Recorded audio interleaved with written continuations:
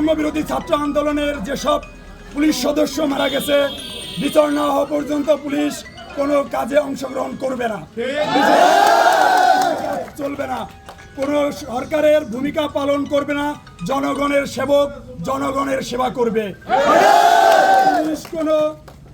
Police কোনো MP মন্ত্রী protocol দিবে না, সিনিয়র অফিসারের প্রোটেকশন করবে না, 8 ঘন্টার বেশি ডিউটি করবে না। প্রধানমন্ত্রীর খেতে পদ্ধতিতে কর্তৃক পদোন্নতি পাওয়া সঠিক, সেইভাবে নিম্ন কর্মচারীদের পদোন্নতির ব্যবস্থা করতে হবে। পুলিশের 20 দিনের ছুটি বৃদ্ধি করে 60 দিন করতে হবে। অফিসারের মতো কনস্টেবলদের সোর্স মানি দিতে হবে। নাম্বার 10, পুলিশের ঝুঁকি ভাতা বৃদ্ধি করতে হবে। পুলিশ সদস্যের নিজ রেঞ্জে পার্শ্ববর্তী জেলায় বদলি করতে হবে। পুলিশের প্রত্যেক মাসের টিয়া বিল নিশ্চিত করতে হবে 10 তারিখের ভিতরে।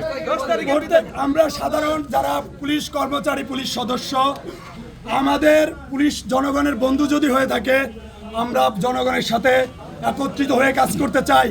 আজ আমরা কেন এই গৌরব উজ্জ্বল পুলিশ বাহিনী কেন আজকে ইন্টারন্যাশনালি কলঙ্কিত হলো, এই বাংলাদেশ পুলিশ এর জবাবদিহি করতে হবে। সারা দেশে কত পুলিশ সদস্য নিহত হয়েছে তার সংখ্যা বের করে জাতীয়ভাবে ঘোষণা করতে হবে। পুলিশ সদস্যের লাশ এখনো পাওয়া যায়নি, সেগুলো নিশ্চিত করতে হবে। পরিবারকে লাশ ফিরিয়ে দিতে হবে। আমার পুলিশ সদস্যের লাশ কেন পুরানো হয়েছে করতে হবে। আমার পুলিশ সদস্য কি বেয়ারিশ হিসাবে ভর্তি হয়েছিল? পরিবার ছিল, পরিজন ছিল, আত্মীয় স্বজন ছিল, তার কাছে লাশ বুঝে দিতে পারতেন। আপনাদের স্বার্থ চরিতার্থ করার জন্য এই সাধারণ পুলিশ সদস্যদেরকে কেন আপনারা এইভাবে নির্মমভাবে হত্যা করলেন?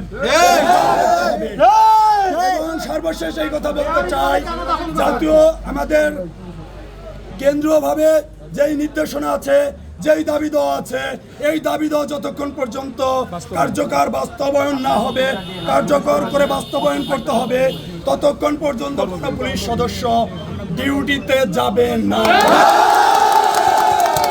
এই কর্মবিরতি অনির্দিষ্টকালের জন্য চলবে।